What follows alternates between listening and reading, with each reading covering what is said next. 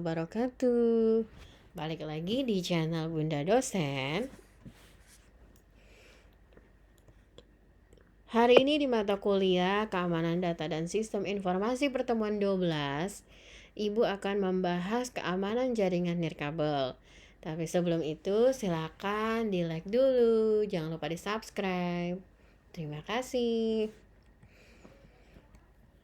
Kita mulai dari wireless teknologi ya, bahwa wireless teknologi berasal dari seluler ya, based wireless data solution, seperti yang kita kenal dengan CDMA atau GPRS. Nah, komunikasi seluler yang sudah dapat mengirimkan data menggunakan teknologi CDMA atau GPRS. Kemudian yang kedua adalah wireless LAN atau WLAN solution. Nah, WLAN ini area lingkupnya terbatas, hanya paling maksimal di area 100 meter dari location station atau ke akses pointnya. Kemudian sekilas mengenai WLAN ya atau wireless LAN. Nah, teknologi WLAN ini kecepatannya dari 11 sampai 54 MB per second. Teknologi ini disebut juga yang kita kenal dengan Wi-Fi atau Wireless Fidelity. Nah, Wi-Fi bekerja pada jaringan 3G sehingga membantu pengguna internet berkomunikasi secara nirkabel. Wireless LAN atau WLAN gitu ya, sebenarnya hampir sama dengan jaringan LAN, tetapi setiap node pada WLAN menggunakan wireless device untuk berhubungan dengan jaringan lain. Node pada WLAN menggunakan channel frekuensi yang sama dan SSID yang menunjukkan identitas dari wireless device tersebut. Jaringan wireless ada dua mode yang dapat kita gunakan, yaitu infrastruktur dan ad hoc. Infrastruktur di mana komunikasi masing-masing PC melalui sebuah akses point pada WLAN atau LAN. Sedangkan ad hoc ini komunikasinya secara langsung antara masing-masing komputer dengan menggunakan piranti wireless. Komponen-komponen WLAN yang pertama ada access point ya. Nah, access point di sini dia berfungsi untuk konversi sinyal radio atau frekuensi radio ya menjadi sinyal digital melalui kabel atau disalurkan dengan perangkat WLAN yang lain. Lalu dikonversikan ulang menjadi sinyal frekuensi radio. Ya. Kemudian wireless LAN interface. Nah, ini peralatan yang dipasang di mobile atau desktop PC kita. Peralatannya dikembangkan secara masif dalam bentuk PCMCA, Personal Computer Memory Card International Association Card atau PCI card maupun port USB.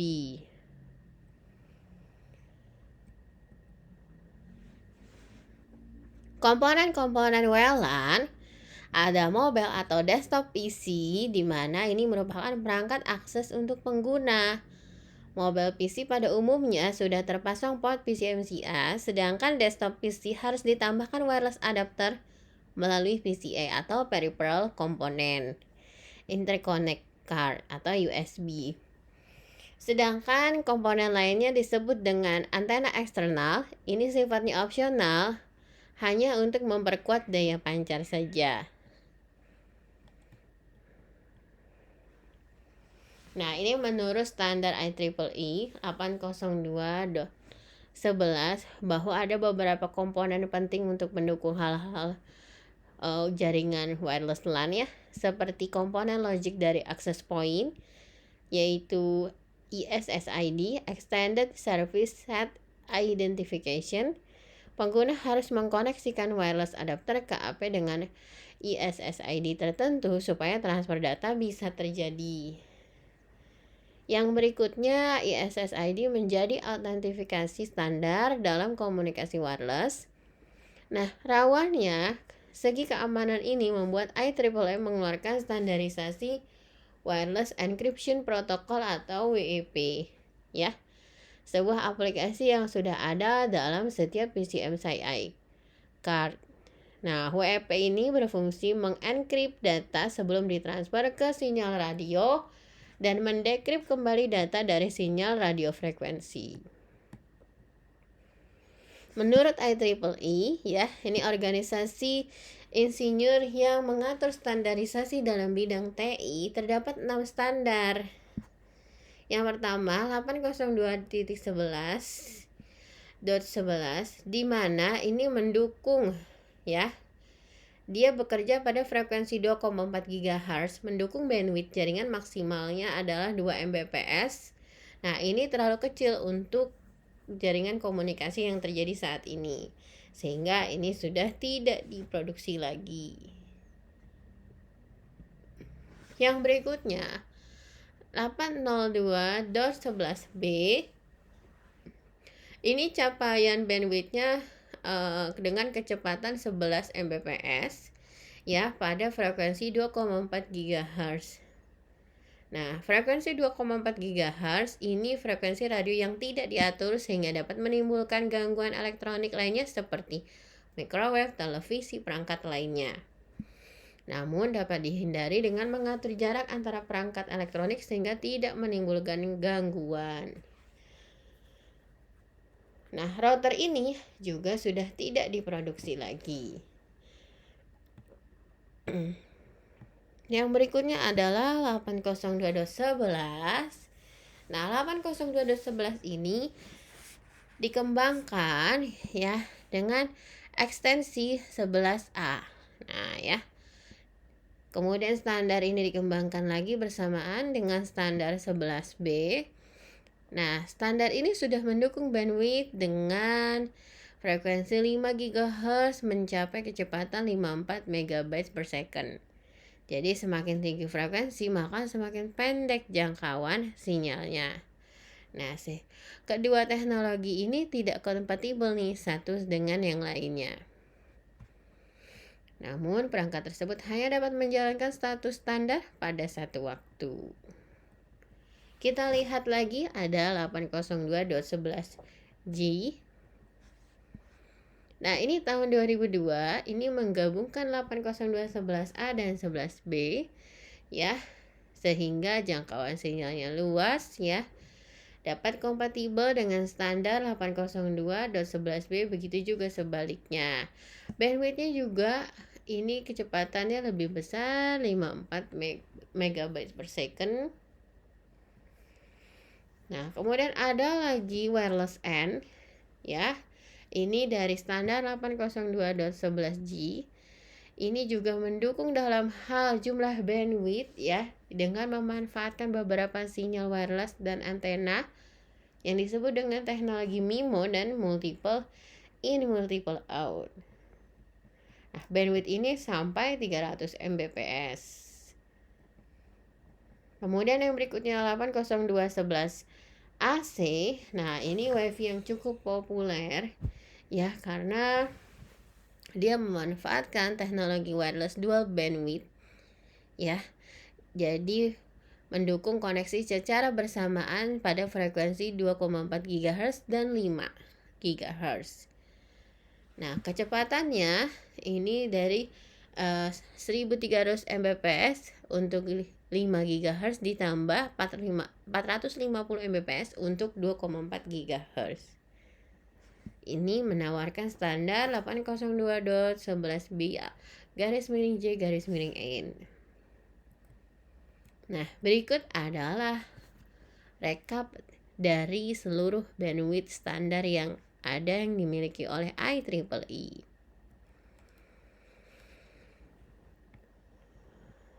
Nah, sekarang kita harus melihat perbedaan berikutnya dari wireless LAN dan wireless WAN. Kalau LAN ini jangkauannya gedung perkantoran atau kampus. Kalau wireless WAN ini dimanapun, ya, global dan sifatnya global gitu, ya. Yang penting terhubung dengan jaringan seluler. Kecepatannya ini 11 Mbps, 54 Mbps, dan ini bisa 2,4 Mbps, CDMA, dan sampai 115 kbps gitu ya. kbps, Mbps, kbps, sampai CDMA 2000 kali video. Security-nya lemah kalau wireless WAN, enkripsi dan autentikasi, jadi lebih kuat. Biaya airtime-nya di sini sebagian besar untuk hotspot publik ya. Tidak ada airtime untuk user kantor atau rumahan, tapi tetap ada biaya bulanan layanan ISP. Sedangkan wireless WAN biaya bulanan dari provider jaringan wireless. Pengguna kalau wireless LAN hanya bisa mengakses di dalam gedung atau antar kampus. Kalau WAN bisa remote akses ke jaringan perusahaan atau provider ya, biasanya untuk email dan aplikasi. Wireless LAN tidak ya, untuk voice-nya tidak. Kalau WAN ada analogi wired-nya nih, jaringannya pakai Ethernet. Kalau WAN pakai remote modem access ya, makanya rata-rata kalau yang wireless yang kita pakai di rumah-rumah itu pakainya modem ya atau router. Keuntungannya kecepatannya tinggi, tidak ada airtime ya untuk membangun jaringan, tetapi tetap ada biaya untuk hardware dan koneksi internet. Wireless WAN jangkauan luas, akses data dari manapun bisa aman. Kerugiannya kalau LAN lokal dan masalah security-nya cukup besar. Kalau WAN wilayah ya, kecepatan data lebih cepat dari dial up, tapi belum menyamai kecepatan wireless LAN. Masalah keamanan, sekarang kita lihat masalah keamanan, di mana AirSnort dapat menyadap paket WLAN. Nah, toolsnya seperti NetStumbler, Webcraft, dan lain-lain mulai banyak tersedia. Kemudian NIST di Amerika melarang penggunaan WLAN untuk sistem yang memiliki data-data konfidensial atau data-data penting rahasia perusahaan ya. Kemudian Bluetooth jacking, BlueStumbler mencuri data-data melalui Bluetooth. Pencurian fisik, perangkat wireless yang biasanya kecil ukurannya dan data penyadapan ya, contoh informasi seperti data nomor telepon, kalender, dan data-data lainnya.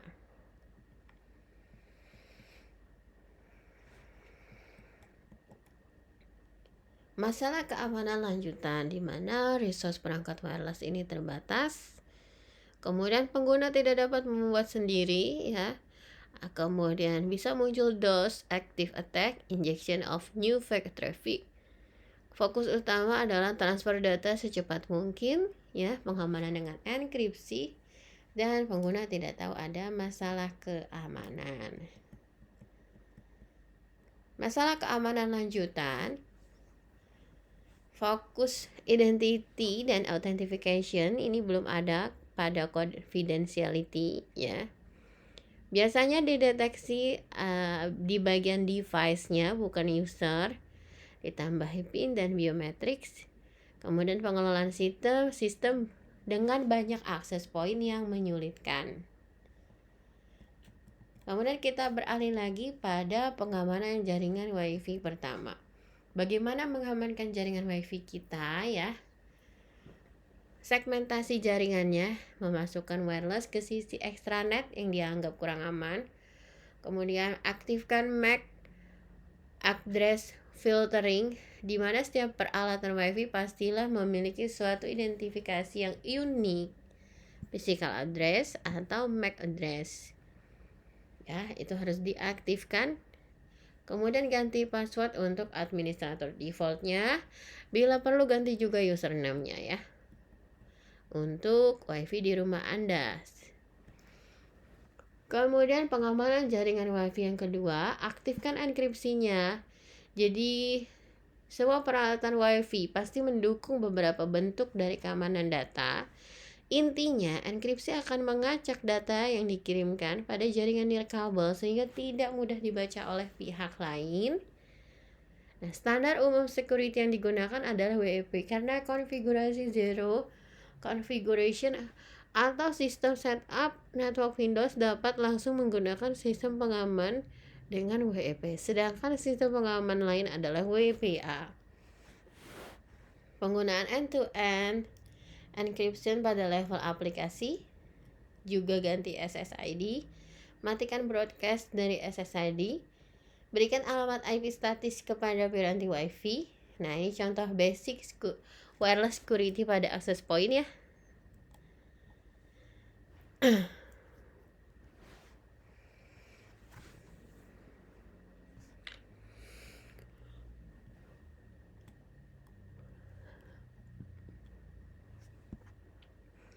Pada network authentication terdapat open atau open system, diartikan network ini tidak memiliki authentication dan mengizinkan perangkat atau komputer lain dan bebas memasuki area network yang ada tanpa pengamanan.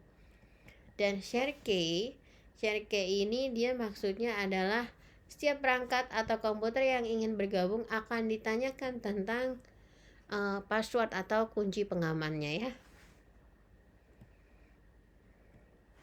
WPA atau Wi-Fi Protect Access, pengamanan jaringan nirkabel dengan menggunakan metode WPA PSK jika tidak ada autentifikasi server yang digunakan. Access point dapat dijalankan dengan mode WPA tanpa menggunakan bantuan ke komputer lain sebagai server.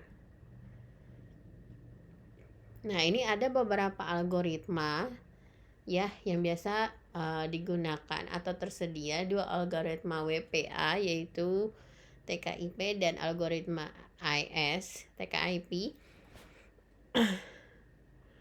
Nah, TKIP ini dia standarisasi dari IEEE 802.11i untuk jaringan nirkabel yang menggantikan WEP. Ya, ini didesain untuk tanpa mengubah atau mengganti device atau perangkat kerasnya. Hal ini diperlukan karena buruknya jenis pengamanan WEP meninggalkan jaringan nirkabel tanpa aktif mengamankan link layernya. Kemudian Advanced Encryption Standard, ini dia algoritma yang lebih efisien dibanding algoritma sebelumnya, mempunyai 9, 11 atau 13 kisaran untuk kunci 128 bits, 192 dan 256.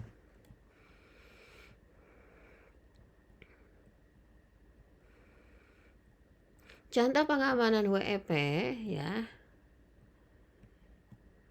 Nah, ini ada contoh pengamanan WEP.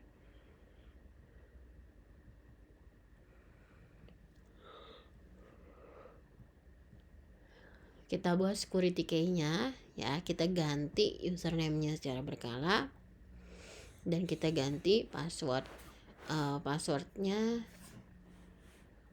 dari password defaultnya. Nah, WiFi security banyak sekali ya, banyak modem yang menyediakan pilihan mode enkripsi WPA2 WSK gitu ya, IS, TKIP dan IS. Kemudian pilihan wired equivalent privacy. Nah, algoritma ini merupakan algoritma keamanan utama yang biasa dilihat saat akan mengatur jaringan nirkabel. Pilihan WEP ini opsi tertua dan terbukti cukup rentan karena semakin banyak hal minus yang ditemukan. Sedangkan WPA jauh lebih baik dalam hal keamanan, namun masih dianggap rentan terhadap gangguan. WiFi security, IS dan TKIP.